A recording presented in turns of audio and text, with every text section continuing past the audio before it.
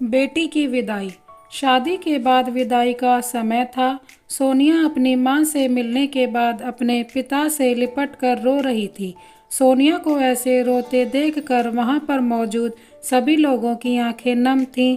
फिर सोनिया अपनी छोटी बहन के साथ सजाई गई गाड़ी के पास जा रही थी।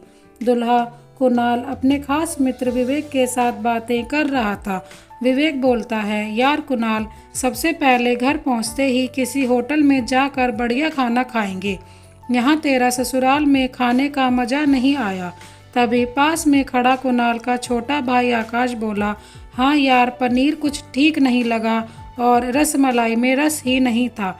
ऐसे बोलते हुए वह ही करके जोर जोर से हंसने लगे।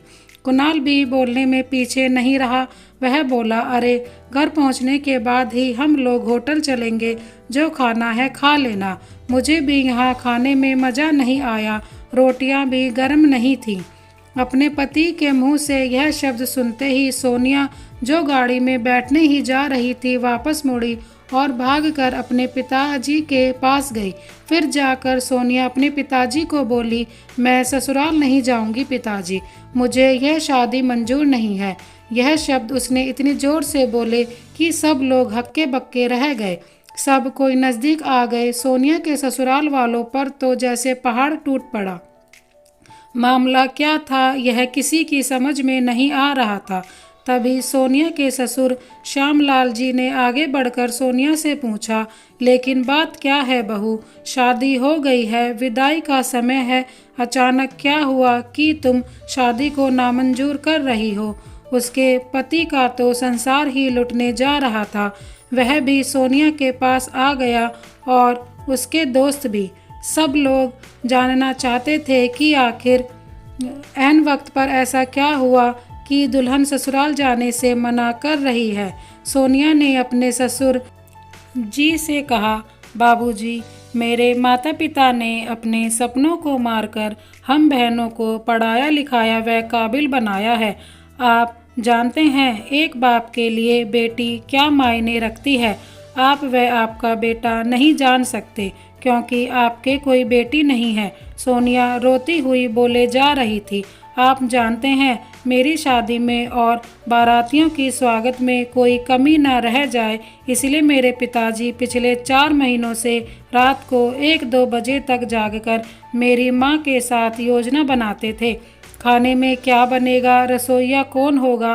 पिछले 1 साल से मेरी माँ और पिताजी ने कोई नए कपड़े नहीं खरीदे ताकि मुझे किसी चीज़ की कमी ना हो। मेरे माता पिता ने कितने सपनों को मारा होगा, ना अच्छा खाया ना अच्छा पिया।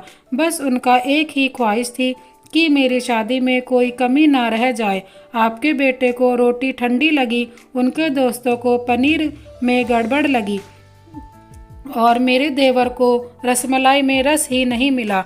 इनका ऐसे खिलखिलाकर हंसना मेरे पिताजी के अभिमान को ठेस पहुंचाने के समान है। तब सोनिया के पिता ने रोते हुए कहा, लेकिन बेटा, इतनी छोटी सी बात। सोनिया ने उनकी बात बीच में काटी और बोली, यह छोटी सी बात नहीं है पिताजी। मेरे पति को मेरे पिता की इज्जत नहीं। रोटी क्या आपने बनाई, रसमलाई, पनीर, यह सब केटर्स का काम है। आपने तो दिल खोलकर और अपने हैसियत से बढ़कर खर्च किया है। कुछ कमी रही तो वह केटर्स की तरफ से। आप तो अपने दिल का टुकड़ा अपनी गुड़िया रानी को विदा कर रहे हैं। मुझे विदा करने के बाद आप और माँ कितना रोएंगे क्या मुझे नहीं पता। जो लोग पत्नी या बहू लेने आए हैं वह खाने में कमियां निकाल रहे हैं। मुझ में कोई कमी आपने नहीं रखी। यह बात इनकी समझ में क्यों नहीं आई? सोनिया के पिता ने सोनिया के सर पर हाथ फिराया और बोले, अरे पगली, तू बात का बतंगड़ बना रही है। तुझे मेरी कसम, अब शांत हो जा। मुझे तुझ पर गर्व है कि तू मेरी बेटी है, लेकिन बेटा, इन्हें माफ़ कर दो। तभी कुणाल ने आकर सोनिया के पिताजी के हाथ पकड़कर बोले, मुझे माफ़ कर दीजिए बाबूजी, मुझसे गलती हो गई। ऐसा बोलकर वो रो पड़ा। तभी श्यामलाल जी ने आगे बढ़कर सोनिया के सर पर हाथ रखा और बोला, मैं तो बहू लेने आया था, लेकिन ईश्वर ने तो मुझे बेटी दे दी और बेटी की अहमियत को भी समझा दिया। मुझे ईश्वर ने बेटी नहीं दी, शायद इसीलिए क्योंकि तुम्हारे जैसी बेटी मेरे नसीब में थी। बेटा अब इन नालायकों को माफ़ कर दे, मैं तेरे सामने हाथ जोड़ता हूँ। ऐसा बोलकर श्यामलाल जी ने सचमुच हाथ जोड़ दिए और सोनिया के सामने अपना सर झुका दिया। सोनिया ने अपने ससुर के हाथ पकड़ लिए और बोली, बाबूजी। तब श्यामलाल जी ने कहा, बाबूजी नहीं पिताजी। तब सोनिया भावुक होकर अपने ससुर जी से लिपट गई। यह सब देखकर सोनिया के माँ और पिताजी भी बहुत खुश हुए। सोनिया अब राजी खुशी अपने ससुराल चली गई। पीछे छोड़ गई थी आंसुओं से भीगी अपने माँ और पिताजी की आंखें, अपने पिता का वह आंगन जिस पर कल तक वह चहकती थी।